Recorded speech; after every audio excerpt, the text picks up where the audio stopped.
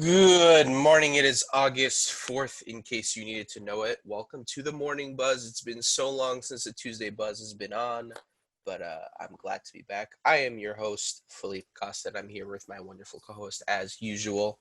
I'm Tara. This morning, Isaias bashes the East Coast. Montclair State is number one in COVID cases linked to colleges in New Jersey. Disney sunk Splash Mountain, and Giant 60-foot robot takes its first steps in Japan. But first, here is Haley Kochis with today's weather. Good morning, guys. Children in Chicago have been caught in the crossfire as U.S. gun violence starts to surge. Police Superintendent David Brown revealed that the month of July has been the deadliest in history for gun violence.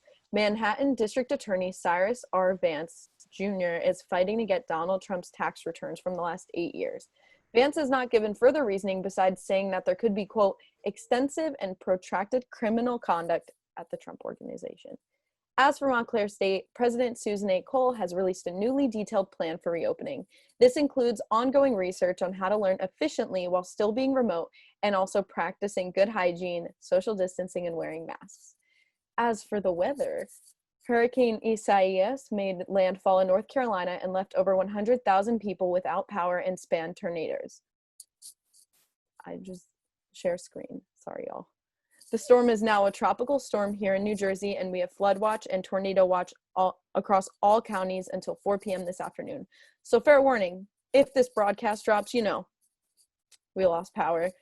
But as for Kingwood, if you want the right outside the window, it is floody, muggy, really fun. It's 72, absolutely immaculate. I don't know where it is for y'all, but so right now, no, go ahead. Go ahead. No, go ahead. You first. I see. It's like that. Okay. Yeah. Right now it is a pop-up window. No, it is 75 degrees, 70% chance of rain continuing. Yeah, we're basically on the same track as everybody else in the state right now.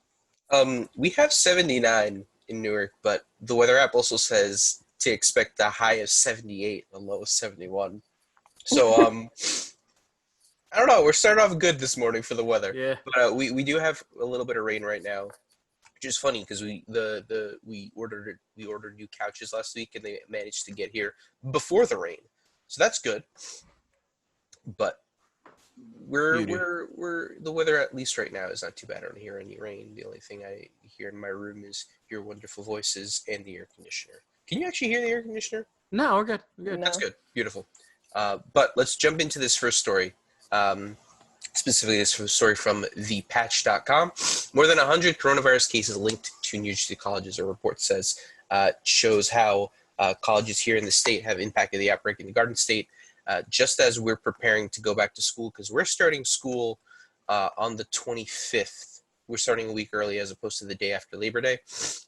We're also ending a week early on December 13th as opposed to December 20th.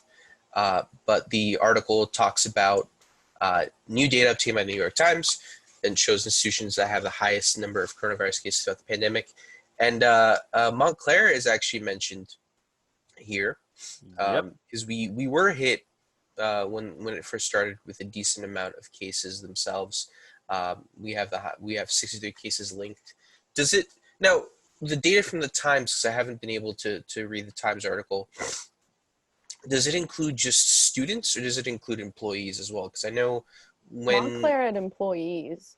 Yeah, because I remember while we were home, they sent us everyone. Okay, while we were home, they sent us a few emails detailing information about, not giving out personal information because that's not the kind of stuff you do, but giving us information on, we found some positive cases. If you were in contact with this person, we're going to be doing contact tracing. We're going to contact you directly to make sure that you have your information, all the information to get tested. But it's unfortunate that this data is coming out, but it's important that it's coming out because we're in the middle of, going back to school. Schools are making the decisions they need to make in these next few weeks. to see what's going to happen. I know TCNJ recently decided to go full online, as well as As William of Patterson. yesterday, Yeah. yesterday at 2:30, almost. So we'll see what's going to happen. I know from myself, I have one class that's completely online. I have a second class that is labeled as a hybrid class, but basically online, Okay. barring any in-person meetings that some people might want. And otherwise, the other three classes I have are hybrid classes, which should be interesting just in general of both trying to apply for a job and as well as any internships. But Right. I mean, The UN has estimated that the pandemic has affected more than 1 billion with a B students worldwide. And there are some people there like Antonio Guterres, who is from the UN, who is lobbying to Portuguese. get students back in schools, saying the key to personal development in all future societies is education, and is labeling his campaign Save Our Future. He says, as the world faces unsustainable levels of inequality, we need education to great equalizer more than ever. Um, I understand what I, he's saying.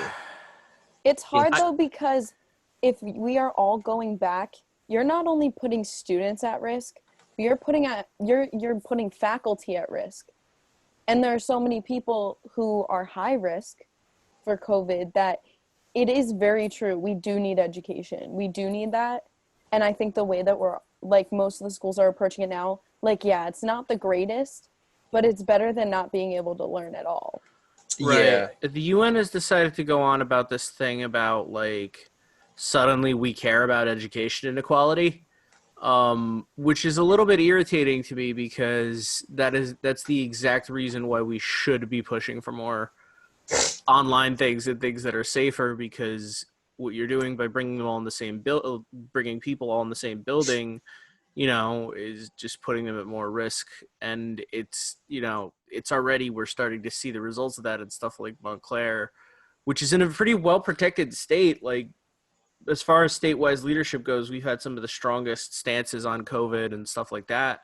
it And it's paid shows. dividends, but you're still seeing it because this is not going to go away just because you decide it's time to go back to school. That's not how this Yeah. works. It shows the severity of what we're dealing with in terms of the exposure to this disease. That even when you do your best, there's only so much you can do. Like there's no cure all. There's no magical there's no magical potion that you can drink that'll fix everything.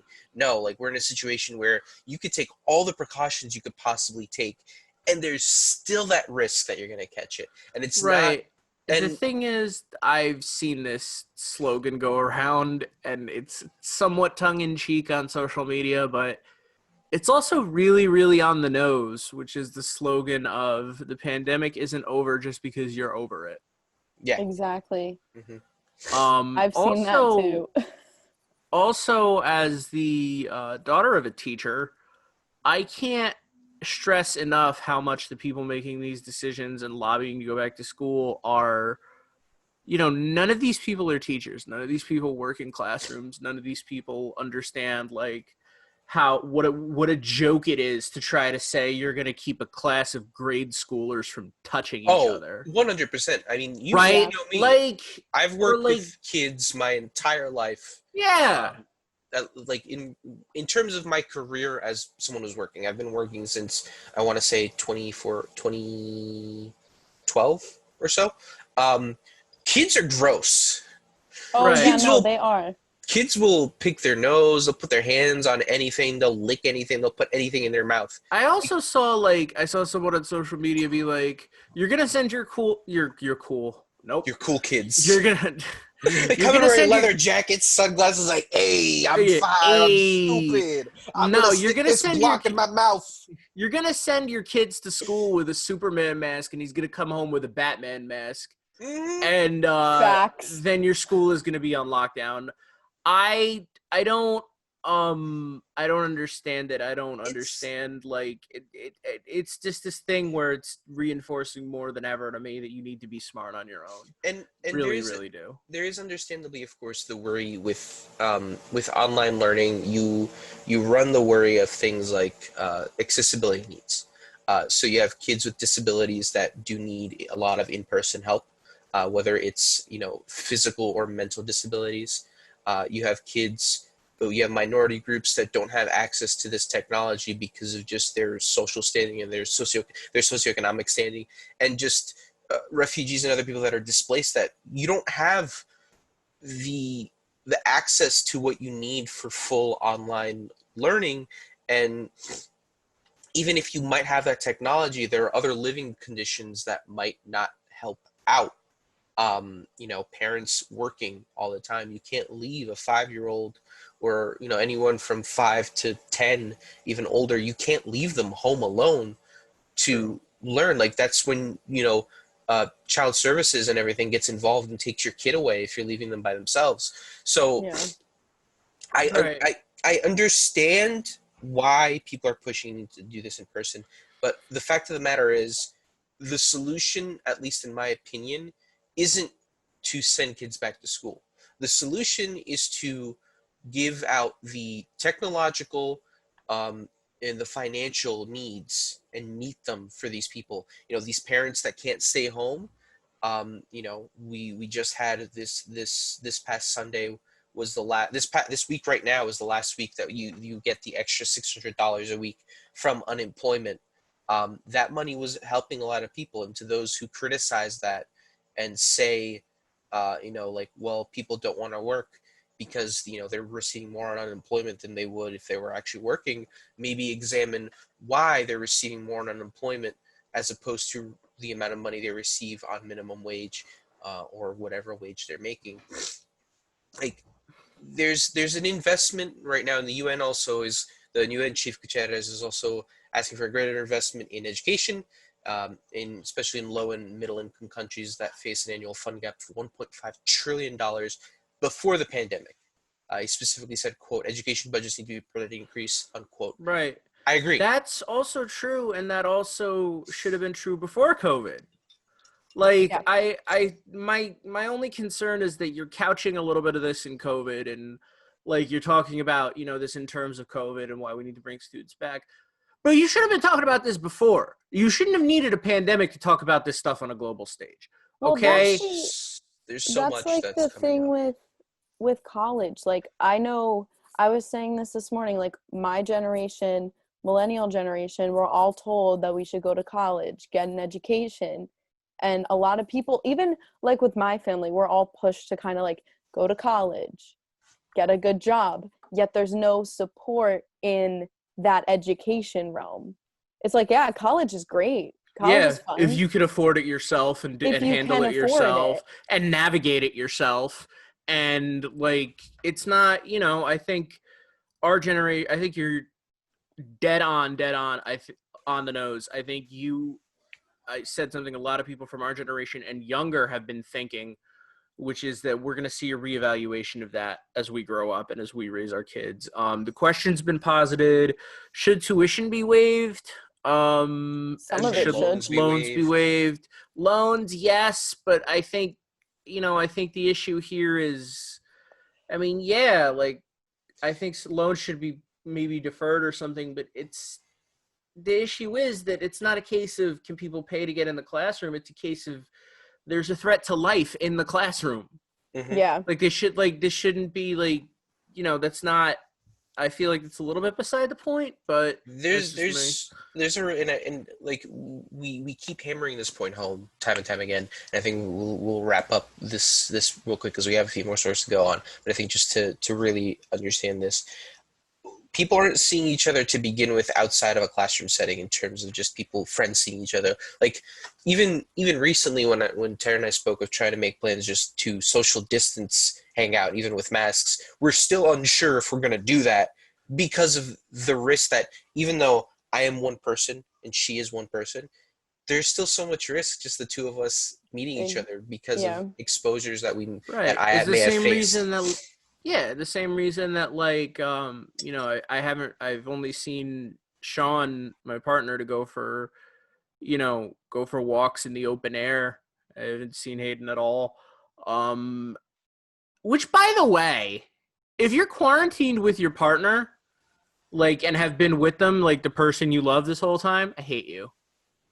I've seen my girlfriend I hate 3 you. times since all this started. But you people, y'all ungrateful people out there that are complaining, I see you. I see you. Look at me. Look at me in the eye. Hate you.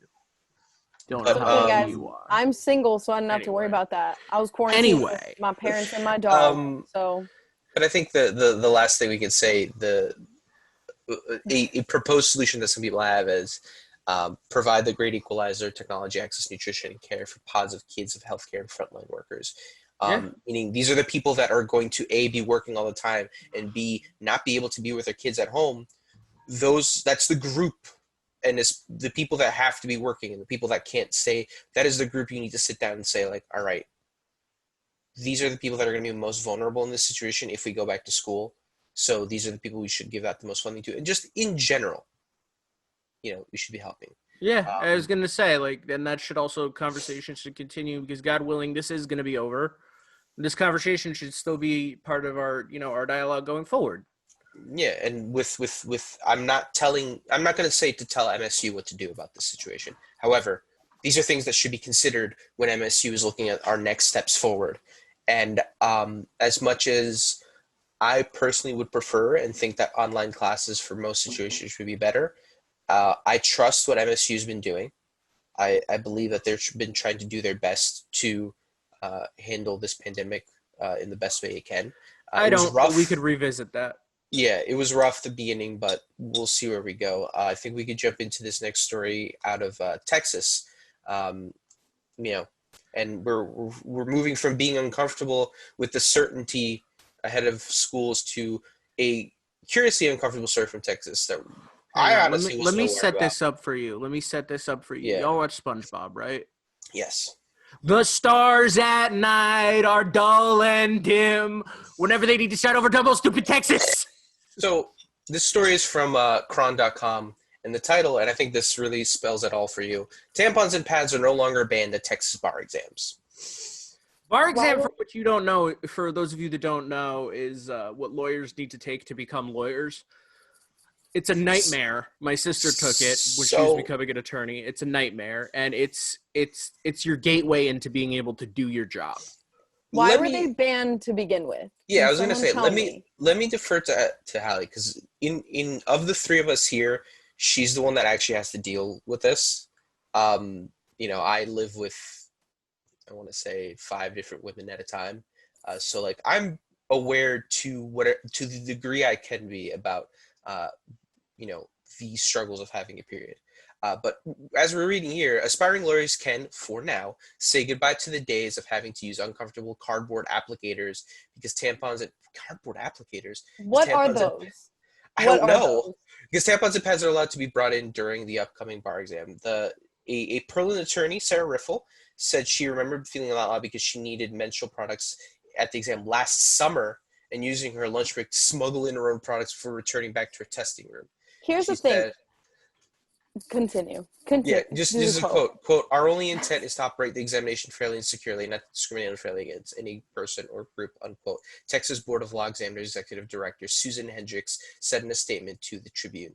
What were you going to say, Hallie? So my question, A, what is a cardboard applicator? I want to know. Second, why, so you banned them for why?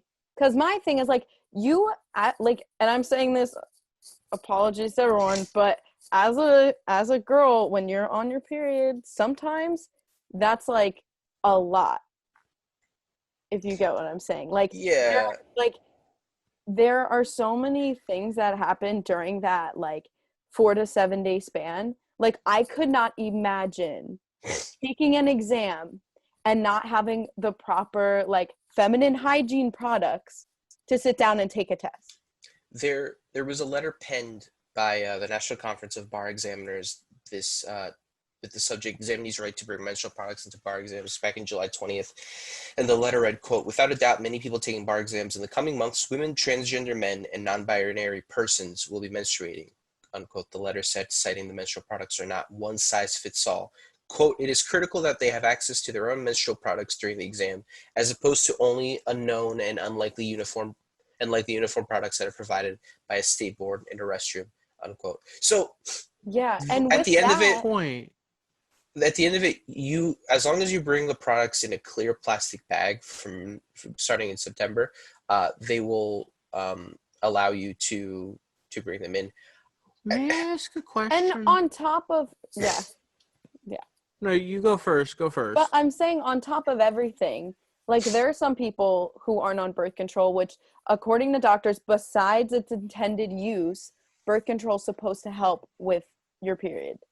Like make it make it more handleable. Could you imagine someone going in who's not and not having the proper hygiene things? I mean, like I gotta ask though. I gotta ask, man.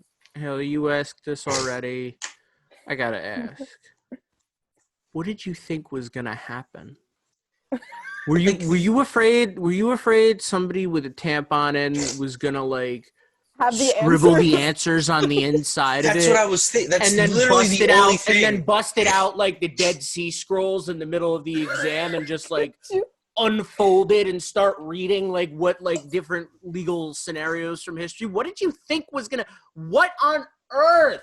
This makes Yeah, me that's so Precedent for mad. this. That's the only thing. That's the only thing that's stated. According to various tweets, there are test takers that the concerns from people that are tweeting. By the way, these aren't concerns by concerns from people giving out the test. But I assume those are the concerns.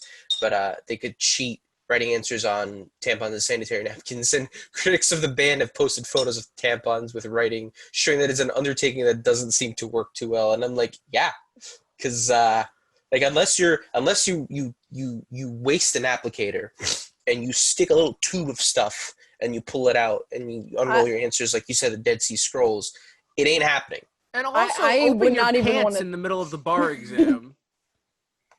Could you imagine? I couldn't. I could barely imagine trying to use the bathroom while I'm doing something. Like it's What is just the precedent for this? unless like I get it if someone cheated to begin with, but even then, like how's that going to solve the problem by banning? It's like we're going to ban everything. It's like they're going to find another way to cheat. Like I'm thinking about how I would be sitting taking a bar exam trying to cheat by doing this. Like I'm thinking of if I sat down, I just like You're trying to do the math in your head, right? and you can't, it's no. See? I'm gonna have to You got give a it beautiful go. mind situation. There's like formulas coming up on your head and everything, but you know.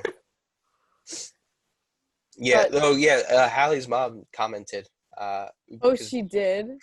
What? she's always watching, which we appreciate her viewership.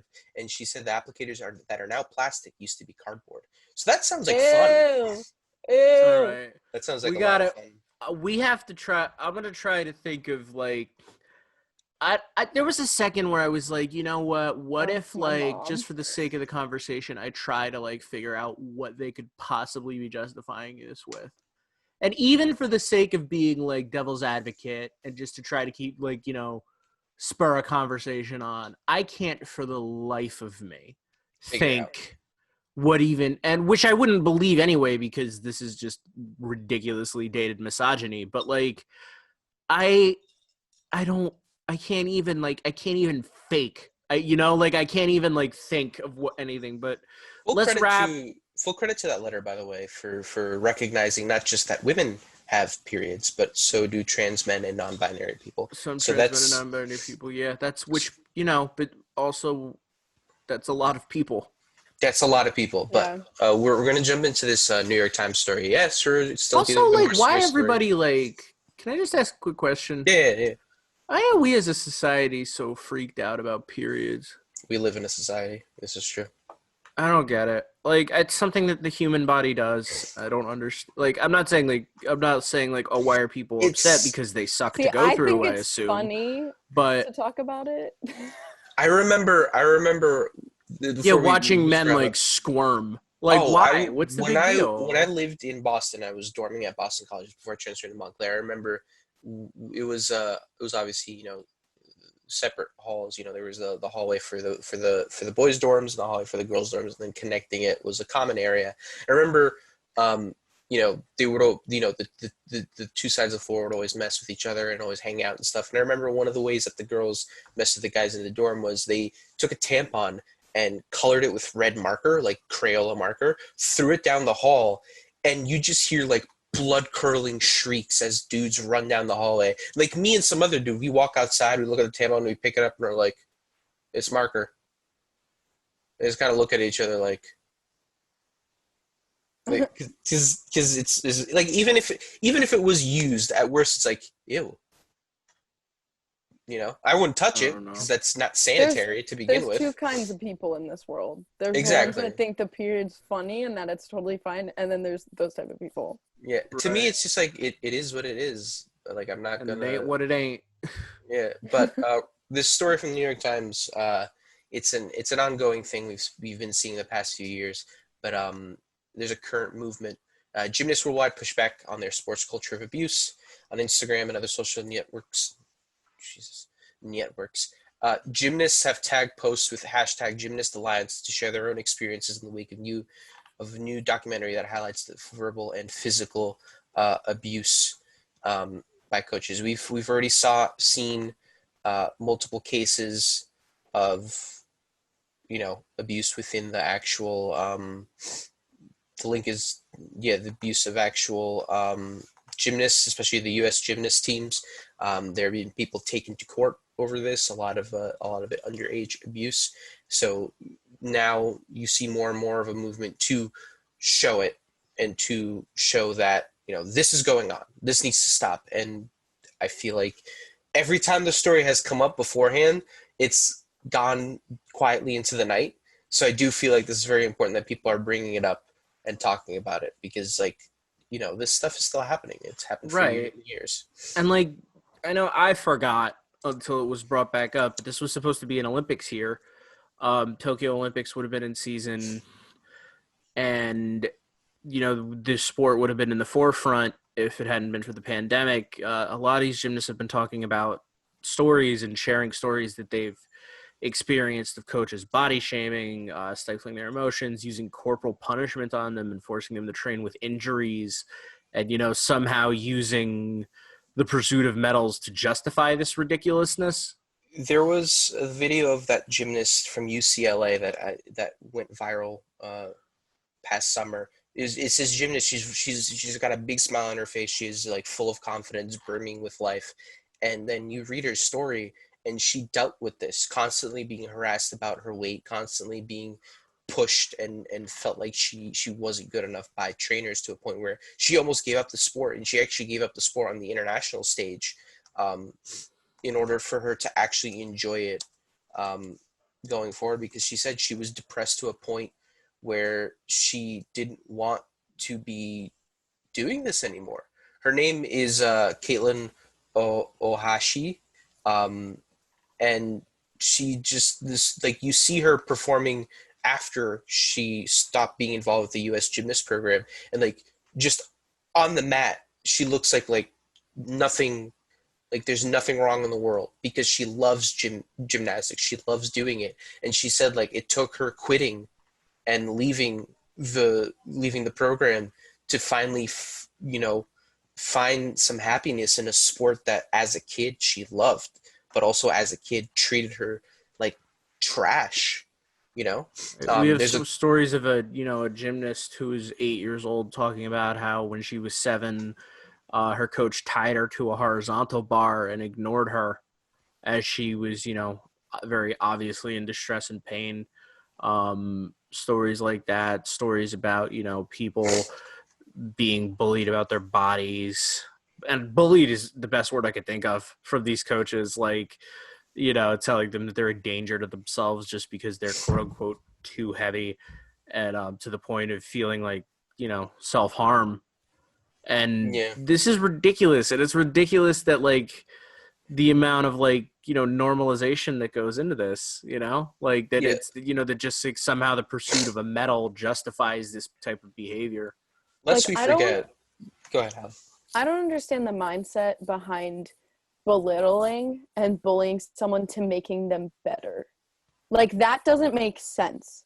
That just shows how inhuman a lot of these trainers are. and they're asking, yeah, set expectations for that gymnast, sure, but not an expectation that's going to break them and absolutely destroy them mentally, because the point is that if they love what they're doing, it shows in their work. Yes. So The it's sad thing is, Factual the truth. sad thing is, like, this is normal across sports. This idea that you don't help an athlete by reinforcing them positively and negatively. You help an athlete by belittling them. Like, if you look, there's a school of thought, for example, in the NBA, that the way that you don't help a player by coddling them, you help a player by putting them down and making them fight back. Like, the biggest proponent of that idea is Shaquille O'Neal. His whole thing was, when I was a big man in the game, I had all these other veteran players that would, put me in my place, and I learned how to become a more humble player because of that. And he did that to Dwight Howard. And Dwight Howard is much younger than Shaquille and constantly said, like, I didn't like the way I was being treated. I just wanted to look up to my hero, and he just kept putting me down. And that's a very tame case compared to what's going on, in not just in sports as a whole, and of course with the Olympics. I mean, this reason why this story is coming back up is that it's from a Netflix documentary called Athlete A, and it depicts the harrowing training of American gymnasts and the cover-up around USA's gymnastics sexual abuse scandal, and it's Dr. Lawrence G. Nassar, because that name needs to stay out there to make sure that we know who this man is and what he's done. That's someone with bad intentions. Bullying them with bad intentions. I think with Shaquille O'Neal, though, I think there were good intentions behind it. But it still perpetuates that But it's idea. still, yeah. But It's that's like it's evil.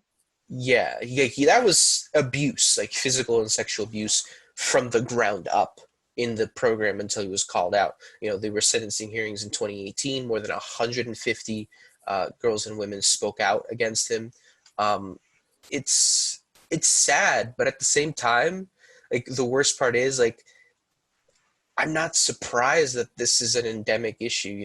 Like, this is how sports are in terms of treating their athletes like garbage a lot of times, but also B, just textbook misogyny and sexism in general, with men in power thinking they can do what they want to these women, especially younger women, molding them and grooming them from a young age. Because if you're working with children, and you're working, the amount of power you have over a child is immense, and you know it from the get-go. As soon as you deal with a child, to them, like, especially when they're really young, you can mold yourself as a god to them, basically, to put it pretty bluntly.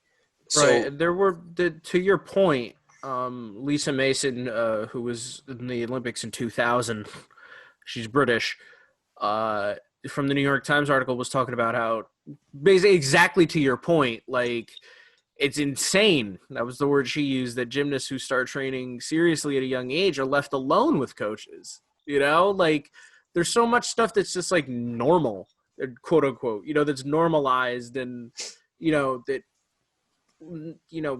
from so many different angles, just any other situation, just be like, this is weird.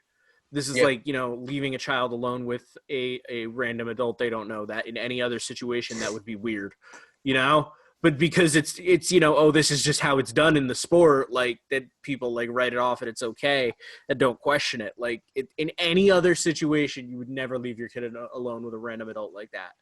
Like, just like, you got to think critically about everything, really.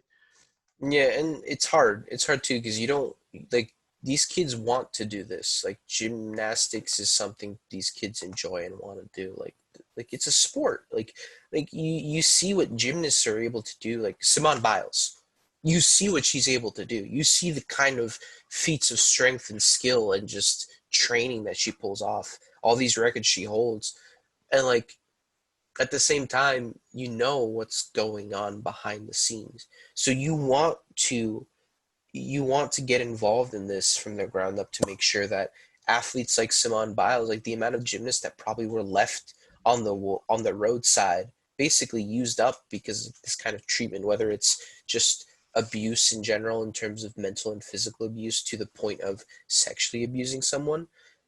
You want these people to be able to enjoy their careers and be able to do what they want and be able to be happy at the end of the day after they win a medal and not, come to testify in a court and discover, you discover later on that they were being treated like garbage and like trash, right? Like, Yeah, I mean, we need ground up change in a lot of things in this world, and that's one of them. Let's hit a pretty hard gear change here because I found this story and I was like, I'm reading it and I'm like, it's whatever. They're probably exaggerating.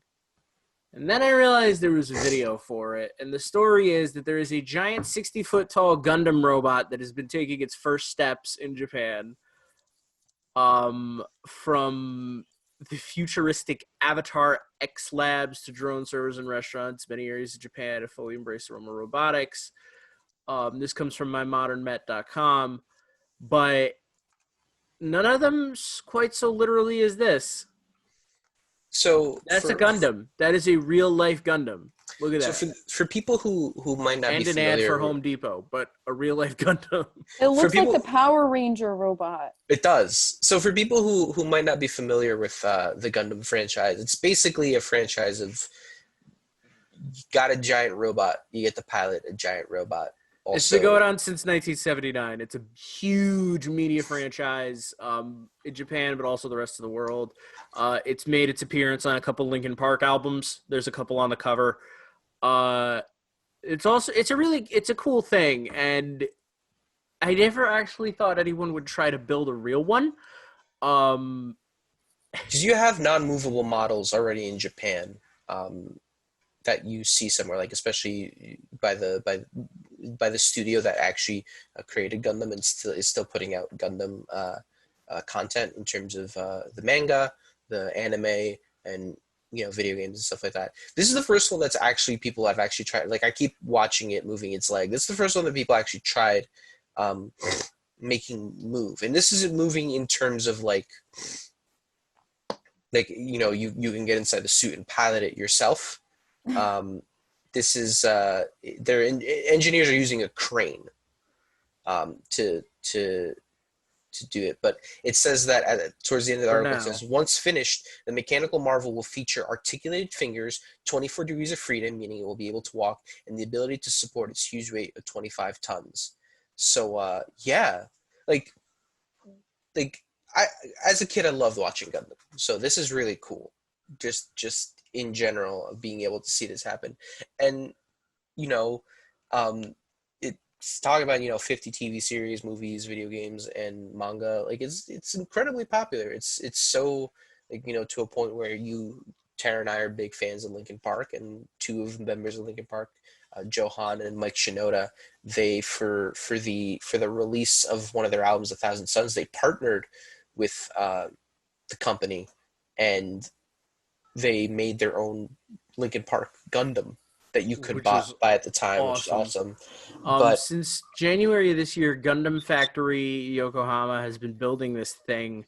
It's 60 feet tall, 18 meters, and it is under construction at the port of Yokohama, just south of Tokyo. So I just want to two things. One, I need to remind people that if it's in a port, it might be the first thing you see of the country if you're coming in that way. And the first thing you see is a 60-foot tall functioning Gundam. Like, imagine if the Statue of Liberty just got up and left, just started walking. Like it was that type of scale we're talking about here. It is missing its head in this video. Just a heads up. Not to think that it's just like a headless monstrosity. Heads up, because it's missing its head. Yeah. We got puns. We have puns here on the Morning Buzz. It is also 25 tons. It's terrifying. It's going to be able to support its own weight too. That's the crazy part. That's terrifying. We when I went to Seattle, there was a Gundam shop. This reminded me a lot of that. It was this tiny little. It was like a comic store, but it specialized in Gundam, and it was like this one room where it was covered wall to wall of just different. Not just Gundam models, but he would position them in scenes and stuff with backdrops and backgrounds, and he would build them for some people if they didn't want to build them. It was really cool, and I just kept thinking about that every time we would read the story. It's Yeah, it's like a Colossus at the gates. It's the first thing you'll see when you. That could be the very first thing you see when you come into Japan. Is a functioning Gundam. Just think about that for a second. It's Imagine if the crazy. Statue of Liberty just started like slapping people. She starts throwing the Yeah. her flame. She yeets the flame at people as they come in. Welcome in. Right. But Welcome. like it's like the Colossus. It's like the Colossus at Rhodes, but except it's a Gundam in Tokyo, Japan. Like, it's awesome. So I think we can jump into this next story. This is a story from NJ.com, and this is a story that you put up here, Tara. But Beyonce's Black is King. What time it premieres in Disney Plus and NJ Talents on the film. So tell us a little bit about the film itself. We're gonna have the trailer running here in the background, so you can see, just get a look at it while we talk about it. But give us a little morsel of what's going on in this, Tara. The project for Beyonce Black is King is it was originally meant as a companion piece that she made to the Lion King soundtrack that she was a part of. And her words meant to celebrate the breadth and beauty of Black ancestry. And the project kind of grew from there, as I understand it. She's described it as her labor of love. It's a visual album, not just her. It's got a bunch of different artists on it. And it's a really, it's one of those really epic pieces of art, and I'm excited that it's happening, and I think it's happening at a very relevant time. Beyonce also said the events of 2020 have made this film's vision and message even more relevant as people across the world embark on a historic journey. We are all in search of safety and light. Many of us want change. I believe that when Black people tell our own stories, we could shift the axis of the world and tell our real history of generational wealth and richness of soul that are not told in history books. End quote. And the cool thing is that there's a bunch of people from Jersey involved in this, which is what I wanted to, what I felt was cool, what ties us back. In the words of NJ.com, when it comes to the music behind Black is King, Jersey talent runs deep. Yeah, that is factual truth. So looking later on into the article, this came out 4 days ago, so July 31st. So it's currently live on Disney Plus. If you have a subscription, you can watch it. At no point will I recommend anything illegal in that term, because you need to legally view the stream. So no, either always for your Disney Plus subscriptions. Always. Yeah, don't don't ever get one of your friends to put it up on Discord and stream it. Yeah, that's not legal, and that's not something WMSC recommends. WMSC doesn't recommend that. WMSC doesn't recommend testing how good a friend your friend is by asking them for their login credentials. Exactly. However, we don't recommend that. However, what we do recommend is talking about Nyjah Charles, who is one of the people from that worked on the soundtrack to this. She's 22. She's younger than us. Who uses Nyjah as her professional name, grew up in Union before she moved out west to California. She first worked on the Everything Is Love joint album that Beyonce did with Jay-Z. She's worked with Cardi B, Chris Brown, Meek Mill. She co-wrote Rain on Me by Lady Gaga and Ariana Grande. And it's Side really note, cool. I wish that they would have just put her singing with Lady Gaga instead of Ariana Grande. Ariana Grande. Watch your mouth. Watch your mouth. Ariana Grande sucks. I will. Hallie, I will tell you later. So good. No. There's nothing wrong with the song. It's specifically Ariana Grande I have an issue with, and I can explain later. Yeah, I'll explain it to you and the posters behind you if you're so inclined. Yeah, those are records. But more to the point, Nyjah Charles is on this. She's on. You could hear her voice on the hook of "My Power" from the Lion King album. Co-wrote the song "Water" by Pharrell, Beyonce, and Celestial. Right. Also, there's another artist, Ant Clemens, another singer-songwriter from Willingboro and Pennsauken, co-wrote the Lion King track "Mood Forever," which is also on Black is King. He's also worked with Kanye West. Put out and has some released solo solo music. There's Jay-Z's producer, Just Blaze, who's from Patterson, teamed up with Beyonce with Freedom on Lemonade, which is awesome. North Bergen's 070 Shake is featured on Scar. There's so much Jersey talent on this record. I think people don't realize just how talented New Jersey is in general. I mean, you look at it from any perspective when it comes to fame or sports or music, like the amount, because everyone thinks of, Bruce Springsteen, the boss. Everyone thinks of Queen Latifah. Everyone thinks Queen Latifah. Everyone thinks of, when it comes to Bon Jovi. My Chemical Romance. People don't realize My Chemical Romance is from New Jersey. They literally grew like all the band members aside from the drummer, because they cycled out drummers for you. They grew up literally about 15 minutes away from me. There's so much talent in this state. Like Jersey music, and especially Black Jersey music. Yes, like runs so deep. People talk. I mean, I don't know if it's because of where we sit in the country, but there's so much. People always talk about hip hop coming from New York City, and obviously New York was the birthplace of a lot of different music. But the hip hop and rap scene here in New Jersey itself is so vibrant and so. Queen Latifah is from Jersey. You have just the amount of music. It's so overlooked because of our proximity to New York City and Philadelphia, two major cities in this country.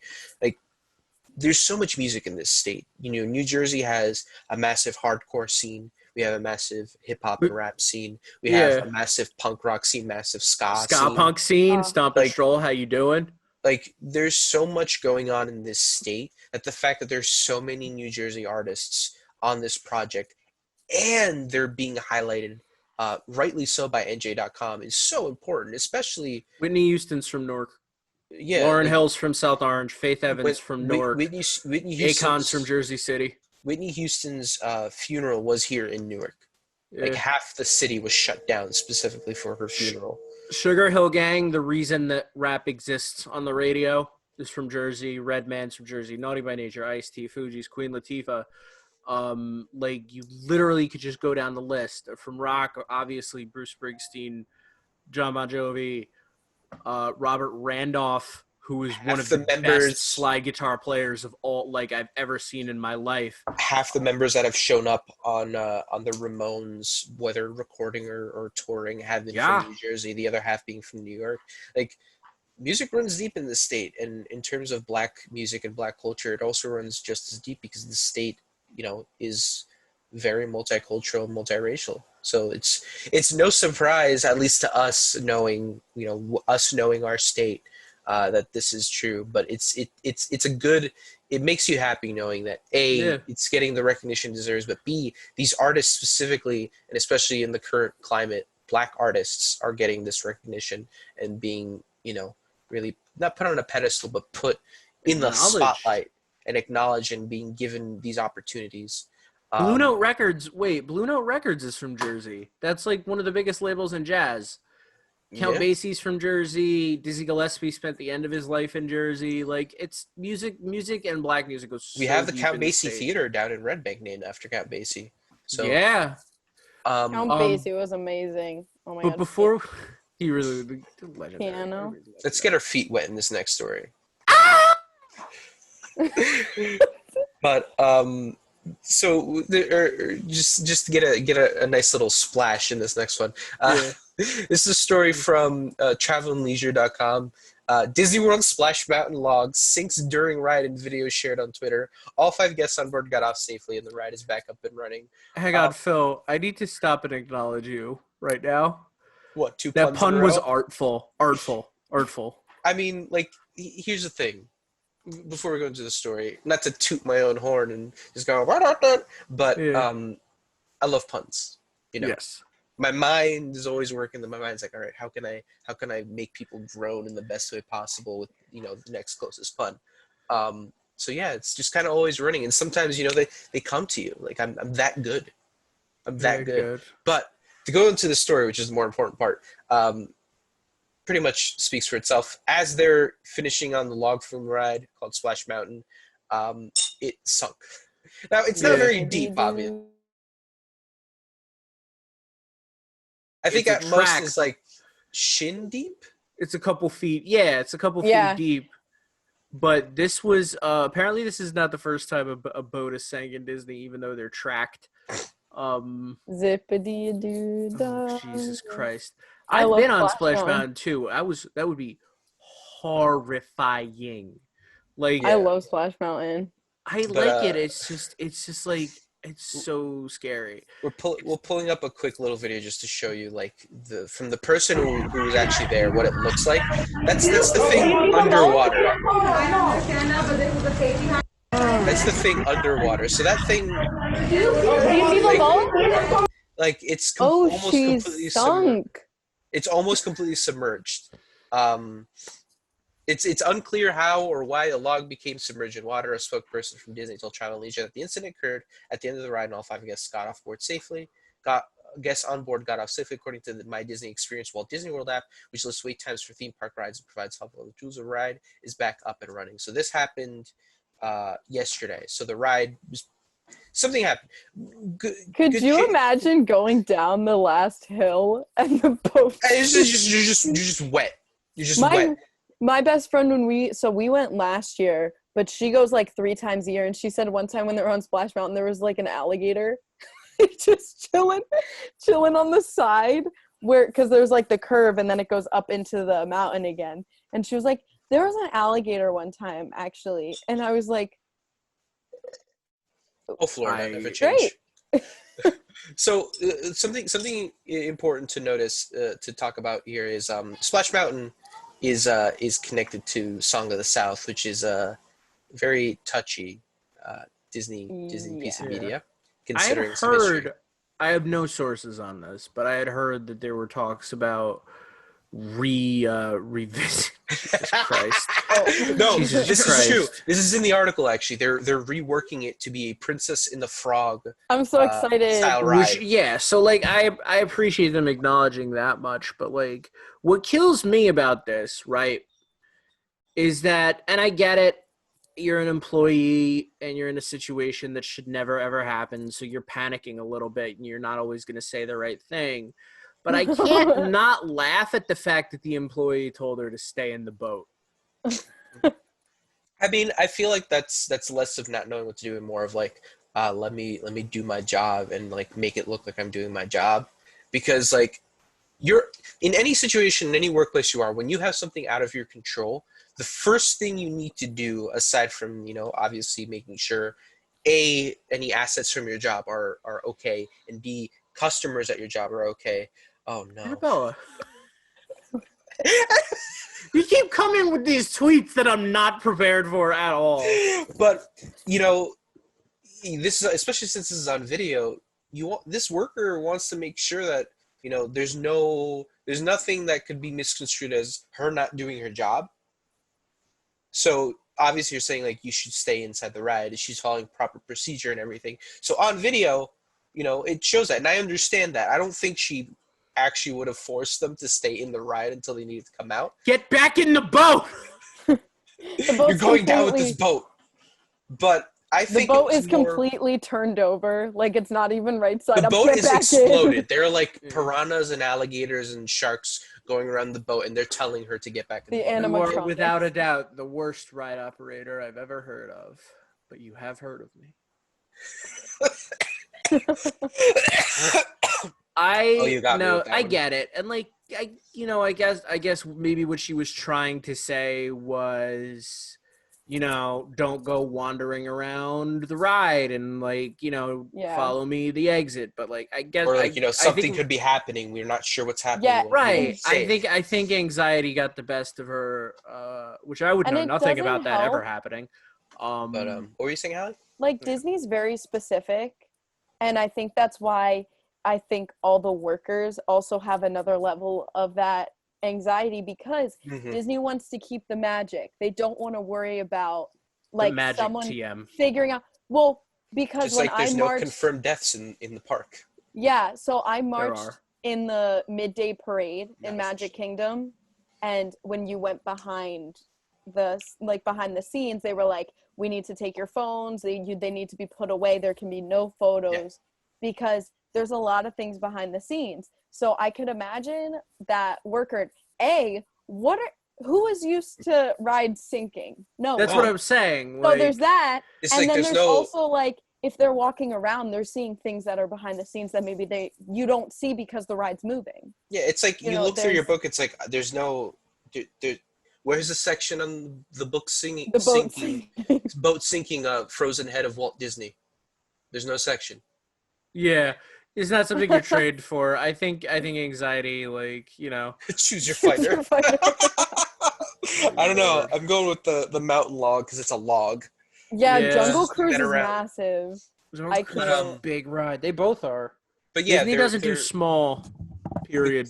The cool thing about it, they're changing the Splash Mountain in both Disneyland Park and Magic Kingdom. So in California and Florida, it says in this article the updated attraction will follow Princess Tiana and Louis on an event, or is it Louis, on an adventure filled with beloved songs from the movie as they get ready for Mardi Gras. So that sounds pretty fun in terms of the change. So It's gonna be a Switch it party. up. yeah, I mean, It's Acknowledge that on- the old story was a little messed up, and yeah, I think the people who handled it best when it comes to this kind of stuff is who are the people who do Looney Tunes? that's Warner Brothers, right? Warner Brothers. There's a lot of less than kosher Warner Brothers cartoons out there. They don't censor them. They make sure that people are aware of them so that they don't try to sanitize their history. Which is, you shouldn't be promoting this kind of media, but at the same time you shouldn't be erasing it to kind of act like, oh, we were never bad and stuff like that, like people understand that this history is there. And while I agree with them changing the ride, I think it's important for them to change the ride and show like what they're promoting isn't those old outdated ideals. At the same time, you're still aware of Song of the South and understand where that kind of stuff came from. And I think that's important. You need to preserve, when we talk about preserving history, a lot of people will say, you got to preserve what happened, like the monuments, stuff like that. That's not what it comes down to when you preserve history. When you preserve history, people need to be aware of what happened, where these things came for, while you're promoting positive change and positive ideas, which is, you need to understand what came before, but you need to support the growth that's coming forward. Right. And to that end, I think Disney's doing right by switching up the theming and I'm so not excited. reveling in it. I think it's cool. And they're not. I haven't been in forever. I've never been to begin with. I'd love. Yeah. You've never been to Disney? No, I mean, A especially lot of people now. haven't. I'd love to go once it is safe. And Yeah. everything is okay. I won't get sick and die, and I won't get other people sick and dead. It's worth the trip, wanna- and if you go later, they're building the Tron Legacy ride right next to Space Mountain. It's I an want to Indian also see, of filter. course, the Star Wars one. Yeah, that wasn't open when I went. It I was can't like, decide if I want to see it or not. I'm gonna drag you with me. I don't care. I heard going? I heard the Star Wars aspect was really good. Toy Story Land in MGM is in, Hollywood Studios, I still call it MGM, as most people do, Oh yeah. is in beating sunlight. There's like That's no fun. shade. But we, unfortunately, as much as we love to keep talking, because there's nothing stopping us aside from an actual schedule, we have come to the end of the morning buzz for today. It was our first Tuesday buzz back, which is nice. So I'm glad to be able to speak to everyone, and of course, specifically see you two and Annabella and Amanda and David. Likewise. I don't Who's know, David? David Grohl, right there. Oh, hi, buddy. Your face But, is blocked by the Facebook indicator. I'm sorry, but make sure everybody stay safe. You're listening to 90.3 WMSC Upper Montclair. I have been Philippe here with, of course, Tara and Hallie. I want to thank, of course, Annabella, Ryan, Adam, Amanda, everyone that keeps us on air and keeps us here. We'll be here again next week, same time, same place. But of course, tune in George tomorrow. and Leslie are doing it tomorrow. Same time, same place. So I hope everyone has a wonderful week. Bye. Bye. Bye.